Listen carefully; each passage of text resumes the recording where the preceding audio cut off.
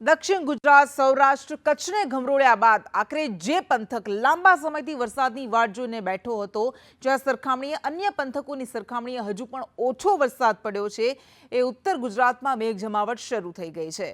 રાજ્યમાં હજુ પણ શું આગાહી કરવામાં આવી છે, કેવો વરસાદ વરસ્યો છે ક્યાં, એની વાત કરીશું। પરંતુ સૌથી પહેલા આગાહીની વાત કરીએ તો હજુ પણ રાજ્યમાં આગામી 7 દિવસ વરસાદની આગાહી કરાઈ છે। આજે ઉત્તર ગુજરાતમાં અતિ ભારે વરસાદની આગાહી કરાઈ છે। સાબરકાંઠામાં અતિ ભારે વરસાદનું ઓરેન્જ એલર્ટ આપવામાં આવ્યું છે। બનાસકાંઠામાં પણ ઓરેન્જ એલર્ટ જાહેર કરવામાં આવ્યું છે, એટલે અહીંયા પણ છૂટાછવાયા વિસ્તારોમાં ભારેથી અતિ ભારે વરસાદ વરસી શકે છે। મહેસાણા અને પાટણમાં પણ ઓરેન્જ એલર્ટની આગાહી કરાઈ છે। આ ઉપરાંત દક્ષિણ ગુજરાતમાં ભરૂચ અને સુરતમાં પણ ઓરેન્જ એલર્ટની આગાહી કરવામાં આવી છે। અરવલ્લી, મહેસાણામાં ભારે વરસાદનું યલો એલર્ટ છે, તો નવસારી, વલસાડમાં પણ ઓરેન્જ એલર્ટની આગાહી કરવામાં આવી છે। આ ઉપરાંત દમણમાં પણ ઓરેન્જ એલર્ટ આપવામાં આવ્યું છે। કેન્દ્રશાસિત પ્રદેશ દાદરા નગર હવેલીમાં પણ ઓરેન્જ એલર્ટની આગાહી કરાઈ છે અને કચ્છમાં ઓરેન્જ એલર્ટ આપવામાં આવ્યું છે। આ ઉપરાંત મોરબીમાં પણ ઓરેન્જ એલર્ટની આગાહી કરવામાં આવી છે। તો આ તમામ વિસ્તારો જ્યાં છૂટાછવાયા વિસ્તારોમાં ભારેથી અતિ ભારે વરસાદ વરસી શકે છે। કચ્છ, વલસાડ, દમણમાં પણ ભારે વરસી શકે છે। આ ઉપરાંત આવતીકાલની વાત કરીએ તો કાલે પણ બનાસકાંઠા અને સાબરકાંઠામાં વરસાદનું યલો એલર્ટ છે। અરવલ્લી, ભાવનગર, વડોદરા, ભરૂચમાં યલો એલર્ટ જાહેર કરવામાં આવ્યું છે। હાલ રાજ્યમાં 2 વરસાદી સિસ્ટમ સક્રિય છે, તો આ તરફ અમદાવાદમાં હળવો વરસાદ વરસી શકે છે।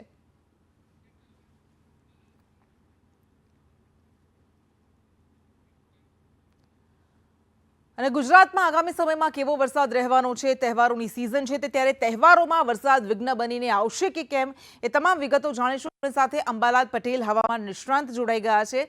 અંબાલાલ કાકા, સ્વાગત છે સંદેશમાં આપનું। 4 સિસ્ટમ સક્રિય થઈ હતી, હાલ 2 વરસાદી સિસ્ટમ સક્રિય છે ગુજરાતમાં, અને આ સિસ્ટમ ઉત્તર ગુજરાતને ગમરોળશે તેવું લાગી રહ્યું છે। આપનું અનુમાન શું કહે છે, આવનારા દિવસોમાં કેવો વરસાદ ક્યાં રહેવાનો છે?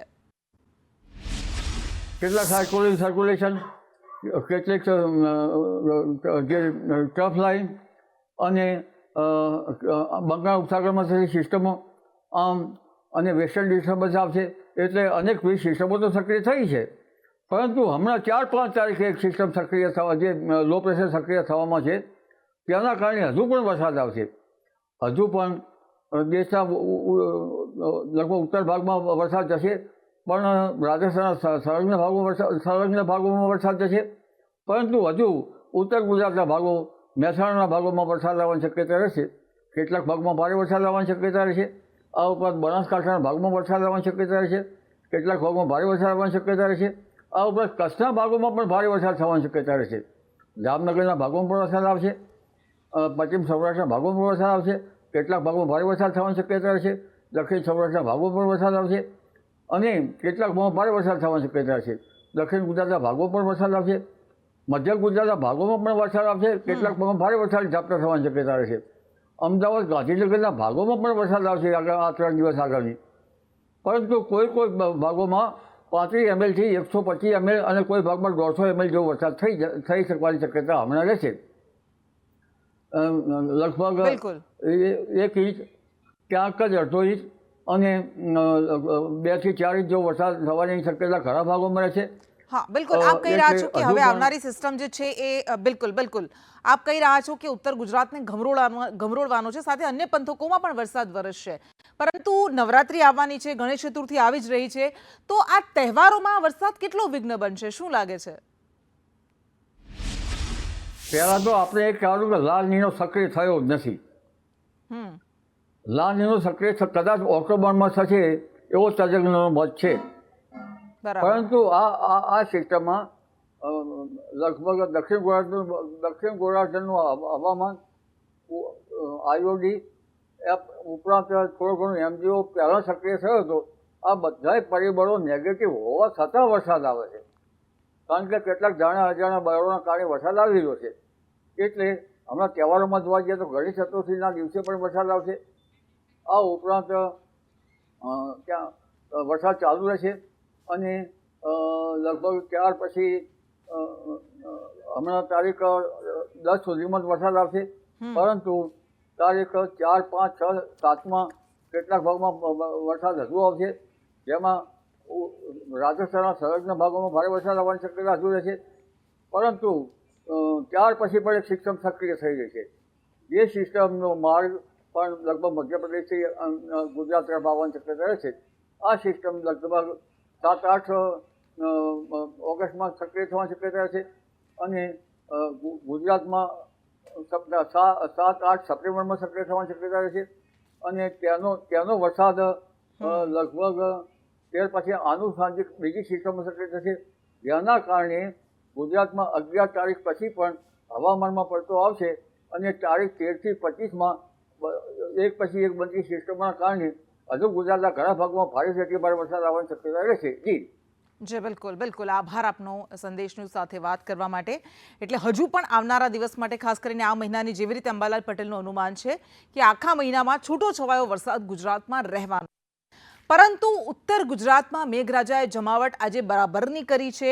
મહેસાણાથી આપણે શરૂઆત કરીશું, કારણ કે મહેસાણામાં 2 ઇંચ વરસાદ વરસ્યો અને મહેસાણા જળબંબાકાર થઈ ગયું. 2 ઇંચ વરસાદમાં જ ઠેર ઠેર પાણી ભરાઈ ગયા. એક સ્કૂલ, કાવેરી શાળાના પરિસરમાં પણ પાણી ભરાઈ ગયા હતા અને આખરે આ બાળકોને ફાયર વિભાગ દ્વારા શાળામાંથી રેસ્ક્યુ કરવામાં આવ્યા હતા, બહાર કાઢવામાં આવ્યા હતા. વાલીઓ પણ બાળકોને લેવા માટે શાળાએ પહોંચ્યા હતા, કારણ કે શાળાના આસપાસના વિસ્તાર પાણીમાં ગરકાવ થઈ ગયા છે અને આવી જ સ્થિતિ મહેસાણાના અનેક વિસ્તારોની જોવા મળી રહી છે.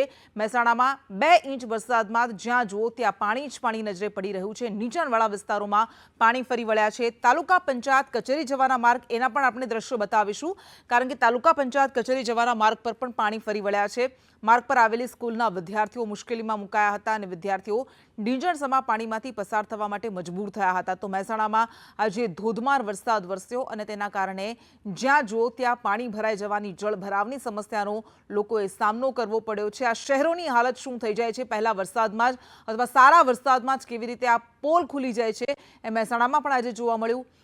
કલેક્ટરના બંગલો આગળ જે આખા શહેરનું વહીવટ સંભાળે છે, એમના બંગલો આગળ જ પાણી ભરાઈ ગયા હતા. નીચાણવાળા વિસ્તારોમાં પાણી ભરાઈ ગયા અને તેના કારણે ઠેર ઠેર સ્થાનિકો પરેશાન થયા છે. આ મહેસાણાની સ્થિતિ છે. આપણે અમદાવાદમાં પણ જોયું, સુરતમાં પણ જોયું, વડોદરામાં પણ જોયું અને આવું જ કંઈક ચિત્ર આજે મહેસાણામાં પણ સામે આવી રહ્યું છે. તો મહેસાણામાં મોઢેરા રોડ વિસ્તારમાં પણ વરસાદી પાણી ભરાઈ ગયા હતા, જેના કારણે વાહન ચાલકોને ભારે હાલાકીનો સામનો કરવાનો વારો આવ્યો હતો. તો આ તરફ વિજાપુરમાં પણ ઠેર ઠેર વરસાદી પાણી ભરાઈ ગયા. આનંદપુરા ચોકડી પાસે પાણી ભરાવાની સમસ્યા સર્જાય અને ઘૂંટણસમા પાણીમાંથી લોકો પસાર થતા નજરે પડ્યા. આનંદપુરા પાસે સ્કૂલમાં પણ વરસાદી પાણી ભરાઈ ગયા હતા.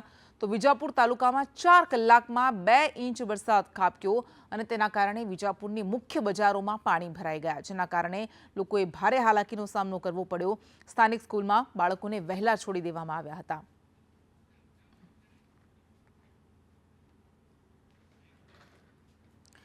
તો આ તરફ બનાસકાંઠામાં પણ આજે વરસાદ વરસ્યો. બનાસકાંઠામાં ડીસાના બાયવાડા ગામે જળબંબાકારની સ્થિતિ સર્જાઈ. બાયવાડા ગામે સ્કૂલ પરિસરમાં પાણી ભરાઈ ગયા, જેના કારણે વિદ્યાર્થીઓને ભારે હાલાકી પડી. સ્કૂલમાં વિદ્યાર્થીઓને લેવા માટે ટ્રેક્ટરની મદદ લેવી પડી હતી અને આ ટ્રેક્ટરમાં બેસાડીને, આ દ્રશ્યોમાં જેવી રીતે બતાવી રહ્યા છે કે ટ્રેક્ટરમાં બેસાડીને વિદ્યાર્થીઓને ઘરે લઈ જવામાં આવી રહ્યા છે. બાયવાડા ગામમાં પાણી ભરાઈ જતા ગ્રામજનોને ભારે હાલાકીનો સામનો કરવો પડ્યો. અનેક રજૂઆત કરવામાં આવે છે, છતાં પણ પાણી નિકાલની કોઈ વ્યવસ્થા નથી થતી અને પરિણામે દર વરસાદમાં બનાસકાંઠાના આ ગામની, ડીસાના આ ગામની હાલત આવી થઈ જાય છે. તો પશુપાલકોને પણ દૂધ એકત્ર કરવા માટે સવારથી આ છીછરા પાણીમાં ચાલવું પડે છે.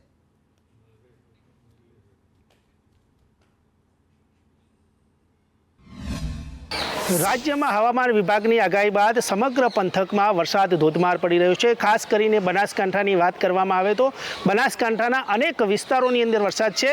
આજે ડીસા તાલુકાનું બાઈવાડા ગામ છે, ગામની સ્કૂલની અંદર પાણી ભરાયું છે. અહીંયા ગામના જે બાળકો છે તેને લઈ જવા લાવવા માટે હાલ ટ્રેક્ટરનો ઉપયોગ કરવામાં આવી છે. ગામના લોકોને પણ ગામની અંદરથી નીકળવું અત્યારે મુશ્કેલ પડી રહ્યું છે.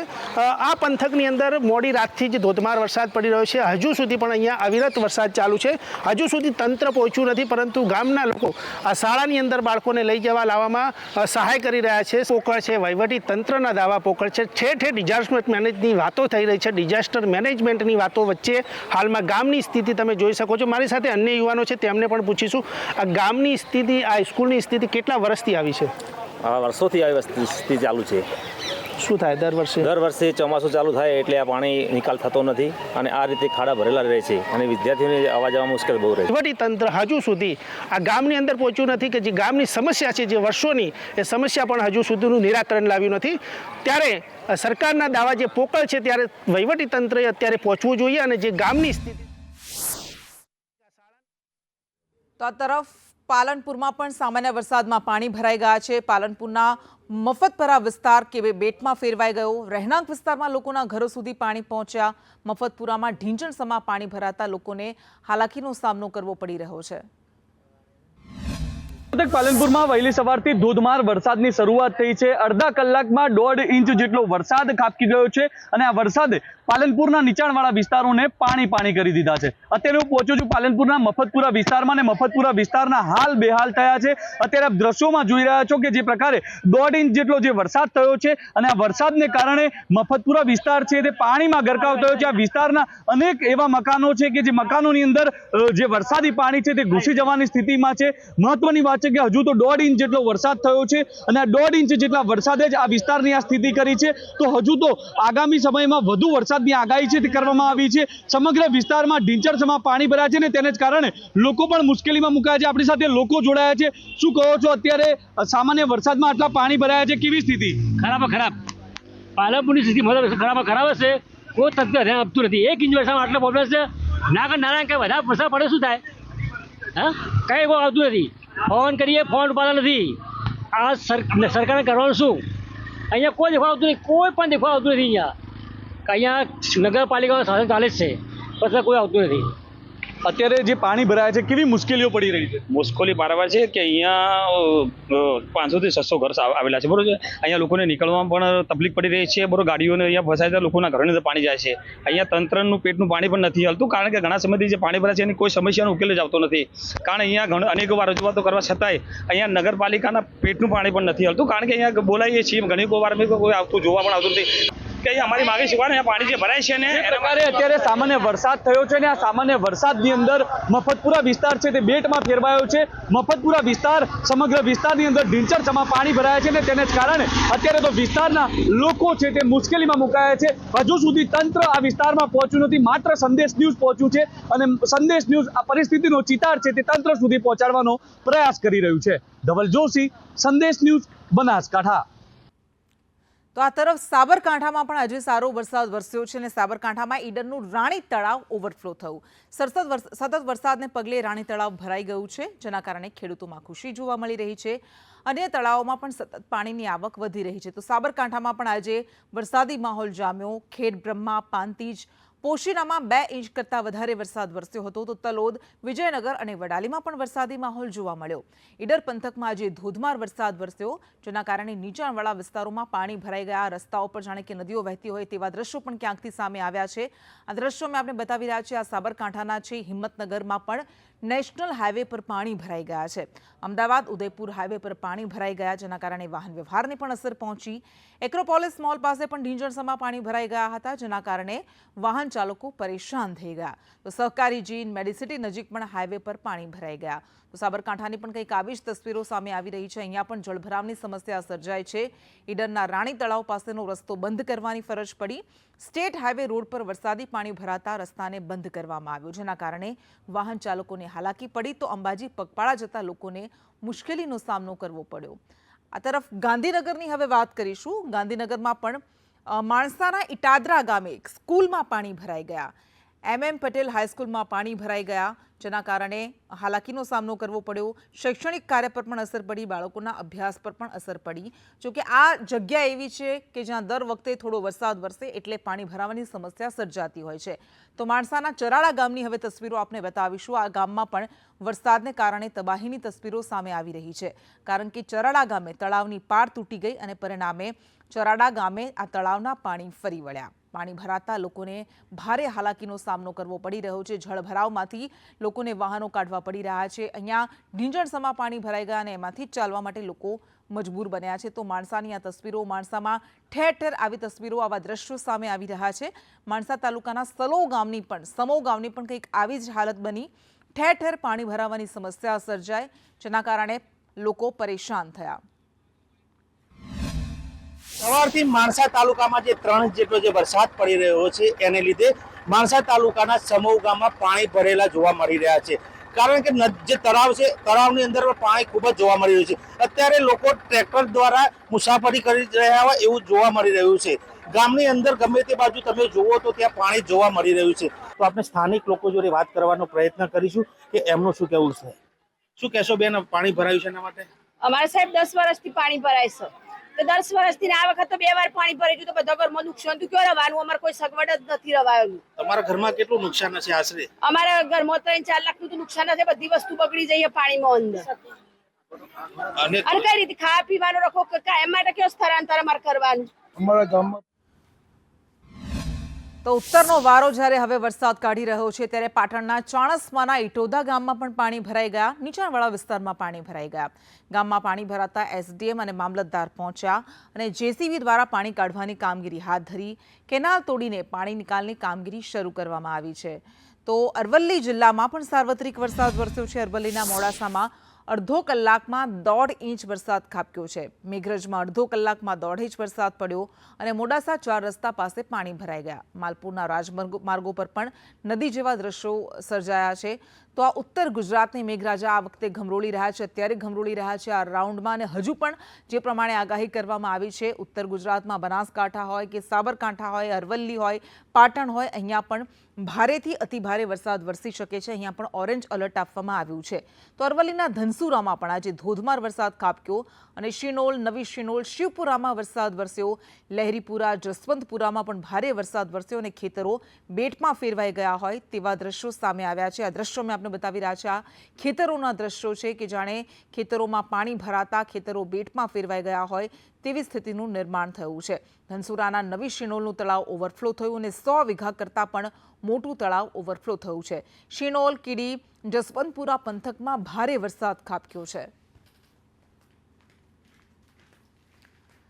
તો વિજાપુરમાં 4 કલાકમાં 2 ઇંચ કરતાં વધારે વરસાદ વરસ્યો. બનાસકાંઠામાં પણ આજે ભારે વરસાદ વરસ્યો અને બનાસકાંઠામાં તો હજુ પણ ઓછો વરસાદ વરસ્યો છે સરખામણીએ, અને તેના કારણે વરસાદની હજુ પણ વાટ જોવાઈ રહી છે. આ એક જિલ્લો છે કે જ્યાં હજુ 100% વરસાદ નથી વરસ્યો. 80-85% આસપાસ વરસાદ વરસ્યો છે, પણ એમાં પણ ઘણા બધા એવા તાલુકા છે, એવા ગામડા છે કે જ્યાં વરસાદની વાટ જોવાઈ રહી છે. અને હવે આ સિસ્ટમ, જે 2 સિસ્ટમ અત્યારે ગુજરાતમાં સક્રિય છે, અંબાલાલ પટેલે પણ જે રીતે કહ્યું કે ઉત્તર ગુજરાતના ગામડાઓ આ વરસાદ ગમરોળશે.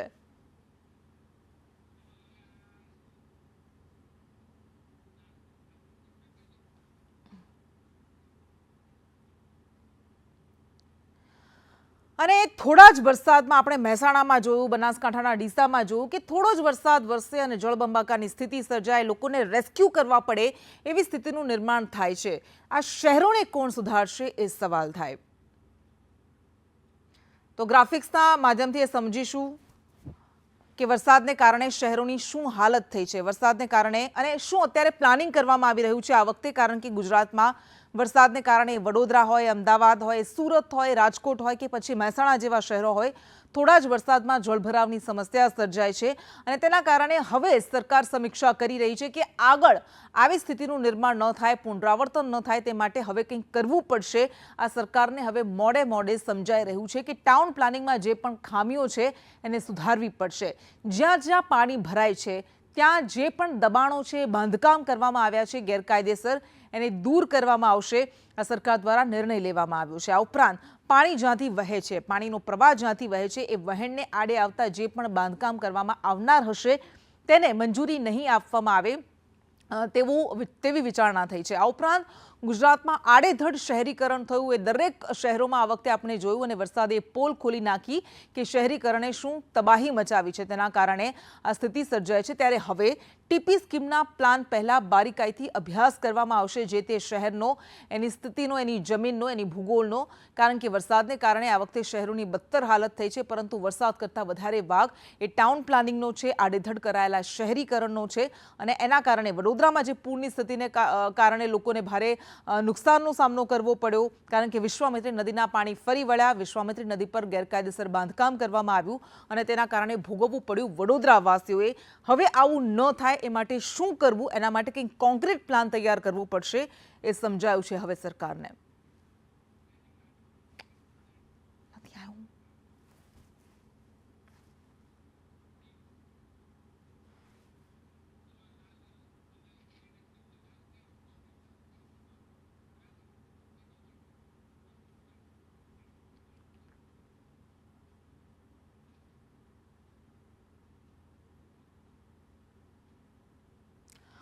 અને હવે કરીશું એક અસાધારણ શિક્ષકની વાત. ડોક્ટર સર્વપલ્લી રાધાકૃષ્ણનને યાદ કરતા આજે સર્વશ્રેષ્ઠ શિક્ષકોને આખા દેશમાં બિરદાવવામાં આવી રહ્યા છે.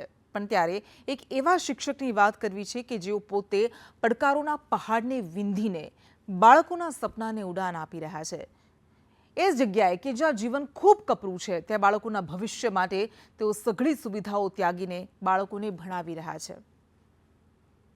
गुरु का स्थान सबसे ऊंचा, गुरु बिन कोई न दूजा. શિક્ષક કભી સાધારણ નહીં હોતા. ગુરુ શિક્ષક વિશે કેટલું લખાયું છે, કહેવાયું છે. શિક્ષકે સપનાઓને પાંખ લગાવીને ખુલ્લા આકાશમાં ઉડવાનો હોંસલો આપે છે.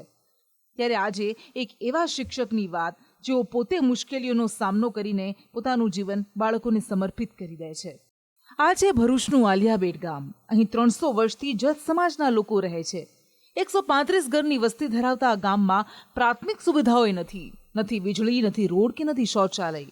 પણ માત્ર બાળકો માટે એક શિક્ષક અહીં આવે છે અને અહીં જ અંધકારમાં ઉજાસ બનવા વસી જાય છે. 14 વર્ષ અગાઉ બાળમિત્ર તરીકે તેમની પોસ્ટિંગ થઈ આલિયાબેટ ગામમાં. તેમનું જીવન એક સારા ઘરમાં વીત્યું હતું, પરંતુ શિક્ષા આપવાનો તેમનો દ્રઢ નિશ્ચય તેમને આ ગામમાં બધું જ છોડીને રહેવા માટે મજબૂર કરી ગયો. આ શિક્ષક છે વિનોદભાઈ પરમાર. ની અંદર નાના એવા નાનકડા ઝૂંપડામાં રહું છું. સાહેબ, હું જણાવી દઉં કે મારું જે ગામ છે ધમરાર, ત્યાં મારે મકાન છે, ટોયલેટ બાથરૂમ છે, બધી સુવિધા છે. છતાં પણ હું બાળકોના લીધે અહીંયા નાનકડા ઝૂંપડામાં રહું છું. સમય અને સંજોગે મને કપડાં ધોતા, વાસણ ધોતા અને જમવાનું બનાવતા પણ શીખવી દીધું છે. બાળકો કચ્છી ભાષા બોલતા હતા. એવામાં ગુજરાતીમાં શિક્ષણ આપવું એમના માટે કઠિન હતું અને એટલે તેઓ કચ્છી શીખ્યા. ત્યારબાદ બાળકોને ગુજરાતી ભાષા પણ શીખવાડી. વર્ષો સુધી ખુલ્લા ઝાડ નીચે ઝાડના થડ પર બ્લેકબોર્ડ ટીંગવીને તેમણે શિક્ષા આપી અને માત્ર 2 વર્ષ પહેલા તેમને આ કન્ટેનર મળ્યું જે આજે એક શાળા છે. સંદેશ સાથે વાત કરતા અને અનુભવ વાગોળતા તેઓ ભાવુક પણ થઈ જાય છે. શિક્ષા આપવાની લગન એવી હતી કે પોતાનું સારું ઘર છોડી તેઓ ઝૂંપડામાં રહેવા લાગ્યા. તમને લાગતું હશે બોક્સ જેવું, આ એક બૂથ છે અને આ જ શાળા છે. અહીંયા જ વર્ગખંડ તૈયાર કરવામાં આવ્યો છે જે આપણે જોઈશું. કોને અમે આ જ બાવળ નીચે અભ્યાસ કરાવીએ છીએ. 16-17 વર્ષ તમે જ ભણાવો? જી મેમ, બિલકુલ. તો અહીંયા બાળકો ભણીને પછી કઈ કરવા આગળ ગયા છે એમને? અત્યાર સુધીની અંદર અમારા 49 બાળકો એવા છે જે બહાર ગયા છે. 8, 9, 10 સુધી અને 4 બાળકો તો એવા છે જેમણે 10 પાસ કર્યું છે અને એ જ બાળકોએ CCC કોમ્પ્યુટર પણ કર્યું છે અને એક બાળકે ITIમાં કોમ્પ્યુટરનો કોર્સ કરીને હમણાં જોબની એપ્લાય કરી રહ્યા છે. જી, આટલી પ્રગતિ થઈ છે મેમ. તમે ક્યાંથી આવો છો? હું ધમરાર ગામથી આવું છું મેમ. તમે અહીંયા રહો છો કે તમારે દરરોજ ભણાવવા માટે? પહેલાં શરૂઆતમાં મેડમ મારે આવવા જવાની તકલીફ પડી, પછી મેં એક ડિસિઝન લીધું કે મારે અહીંયા જ રહેવું જોઈએ અને ત્યારથી 1 વર્ષ પછી હું અહીંયા જ લગભગ 15-16 વર્ષથી અહીંયા જ રહું છું અને ગામની ઘણી બધા અમારા આગેવાન છે મોહમ્મદભાઈ, એમના સાથ સહકારથી અહીંયા જ 24 કલાક હું અહીંયા જ રહું છું. સ્ટ્રગલ લાગતો હશે, સંઘર્ષ લાગતો હશે તમે જ્યાંથી આવો? બિલકુલ મેમ, બિલકુલ. સ્ટ્રગલ તો લાગતો જ હતો, પણ એવું કહેવાય છે કે જેને ઉડવું હોય એને આકાશ મળી રહે છે. મને આ વિષય ગમતો હતો અને બાળકો સાથે પહેલેથી જ લગાવ હતો. એટલે બાળકો માટે તમે તમારું જીવન પણ બદલ્યું જેથી એમનું જીવન બદલે.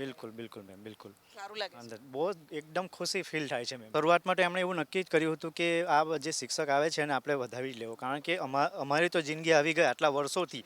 એમનું કહેવાનું એવું થાય છે મેડમ કે આઝાદી પહેલાંના અહીંયા લોકો વસવાટ કરે છે, તો અમે પહેલીવાર આવા કોઈ શિક્ષકને જોયો છે. એટલે શરૂઆતમાં બાળકો મને જોઈને ભાગી જતા હતા. ત્યારથી અમે નક્કી કર્યું કે બાળકોને આપણે ભણાવીશું અને આમનો સાથ સહકારથી આજે તમે દરેક બાળકોને પૂછી શકો છો, વાંચી શકે છે, લખી શકે છે. રસોઈ બનાવતા નહોતું આવડતું તો જાતે જ શીખી ગયા. જાતે જ કપડાં ધુએ છે અને સાફ સફાઈ કરે છે. પોતાનું સામાજિક જીવન ભૂલીને તેમણે વિચાર્યું કે બસ આ ગામના બાળકોને આગળ લાવવા છે.